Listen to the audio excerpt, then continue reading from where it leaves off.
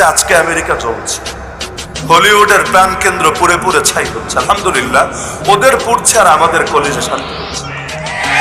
Trump বলেছিল গাজাকে একেবারে bombing করে পুড়িয়ে ছাই করে দিবে। আরে গাজার বাচ্চারা আর কিচ্ছু না পারলো, বিচার তো দিয়েছে আল্লাহকে। আরে ট্রাম্প এখনো ক্ষমতায় এসে গাজায় বোম্বিং করে পুড়িয়ে ছাই করতে পারে নাই, আল্লাহ ওদের কলিজাই পুড়িয়ে দিচ্ছে। এখন আফসোস করছে কোটি কোটি টাকার ক্ষয়ক্ষতি, হায় এটা পোষাবো কিভাবে। আরে সবে মাত্র তো শুরু, মাত্র তো ট্রেইলার সামনে এসেছে, আসল পর্ব বাকি আছে। তোরা পড়বি, এমন পড়া পড়বি, শুধু দুনিয়ায় না আখিরাতেও পড়বি। আরে তোদেরকে পড়তে দেখে না মুমিনদের কলিজা সেদিন শান্ত হবে। ওয়াউমা ইযি ইয়াফরাহুল মুমিনুন, আরে যখন তোরা জাহান্নামে যাবি, মুমিনরা সোফায় হেলান দিয়ে আলাল আরাইকি ইয়ানজুরুন হাল সুওইবাল কুফফারু মা কানু ইয়াফআলুন, সোফার মধ্যে হেলান দিয়ে দিয়ে বসে দেখবে কাফের গুলোকে ওদের কৃতকর্মের সাজা দেওয়া হয়েছে ঠিকভাবে।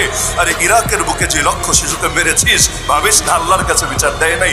আফগানের বুকে যত হাজার নারীকে ধর্ষণ করেছিস, ভাবিস না আল্লাহর কাছে বিচার পৌঁছে নাই? আরে তোদের শেল্টার পেয়ে পেয়ে যারা নবীরে গালি দিয়েছে, নবীর শানে বেয়াদবি করেছে, ভাবিস না